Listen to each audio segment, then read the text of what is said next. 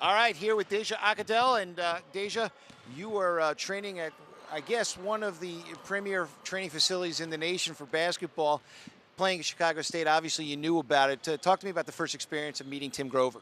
Actually, I'm one of the first, maybe not if, I've been with Tim Grover for 4 years, and so I consider myself as a veteran. Actually, I've been with him since it was at the first Hoops Gym. It was named Hoops Gym, but now we moved around a little bit and we got our own gym. So I'm kind of proud of us, what we accomplished so far. And I think this should do it.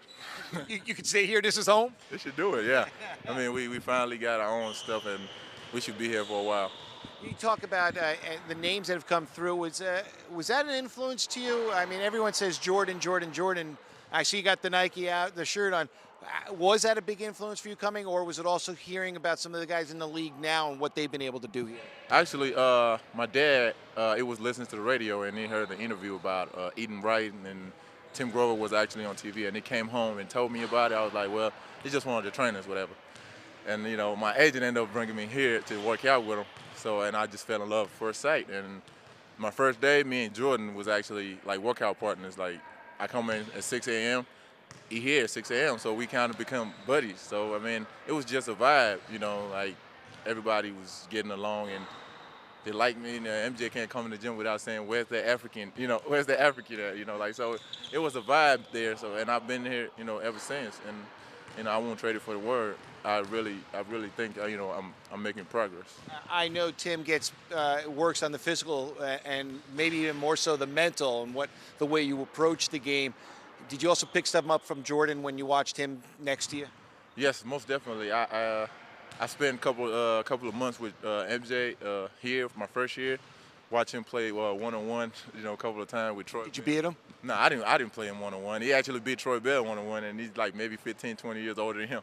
So, and I was in training camp with Charlotte Bobcats, so I actually learned a lot, not from Jordan in particular, but just from his organization and the way they do things and stuff like that. But I actually think just playing basketball period is what gets you the experience. The mental part, the training can do all that, and like the physical part, have you lift weight, do one-on-one drills, but you have to be in game shape and be able to at least compete against the best.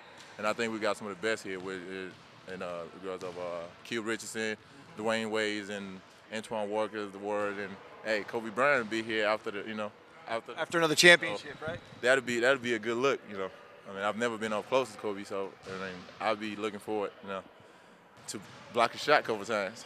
You talk to me about your transgression or how the game has come to you. What year did you pick it up? How old were you, and how quickly have you begun to master it?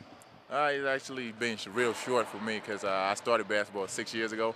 I played soccer growing up, coming from Nigeria, I came here, on a basketball scholarship, and it's just because I was tall, I mean, they just saw me as a 6'11", lanky, so they gave me a scholarship. So, I mean, I didn't know nothing about basketball, but, run the floor, block shot, and rebound, the offense part, I just started picking it up and learning and trying to get used to the game.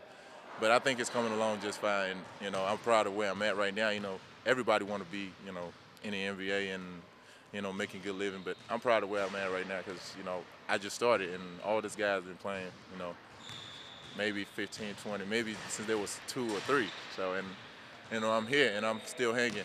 So I'm really looking forward to what the future's got for me. I know like Luol Deng used to play soccer. So how many family members back home can they ever see you play? Do they have to read about it? Have you ever shown them video of you playing?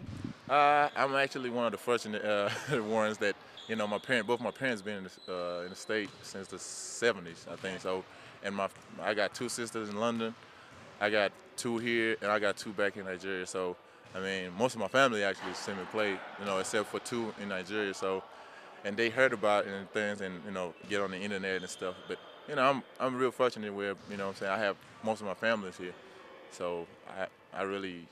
So, obviously a huge World Cup fan then. Yes, most definitely. Well, let's hear you break it down. As they get ready, who has a shot to do some damage in some international soccer competition this year? I'll say France. You know, I say friends because, I mean, they got a lot of weapons. But, you know, you never know. It's soccer. It's, you know, it's a couple of goals and, you know, you out. Because, you know, once you get past the regular, you know, the regular rounds is, you know, it's anybody's game because, you know, you can play, Mali can play England and they end up beating them, you know, because it's a couple, you never know what's going to happen in soccer. But I think France is, you know, got a good chance of going far in the World Cup. What is wrong with Team USA? I think experience, you know, it's different when teams been together for a long time, which, you know, you can see in basketball too. That's why USA loses, you know, when they go play against the Argentinians and, you know, the Greece of the world, because they've been together for a long time and, you know, the chemistry, they know where they're gonna be at a certain time. It's just the fact that, you know, USA teams, they pick up their grooves and they, you know, they train, but this team's been playing together. You have guys 35 years old still on the French national team because they've been there and they know, you know, they know what to, you know, what to expect. So I think that experience is, you know, is the key. All right, he is the #1 expert on soccer worldwide. Deja, thanks a lot, man. I appreciate it.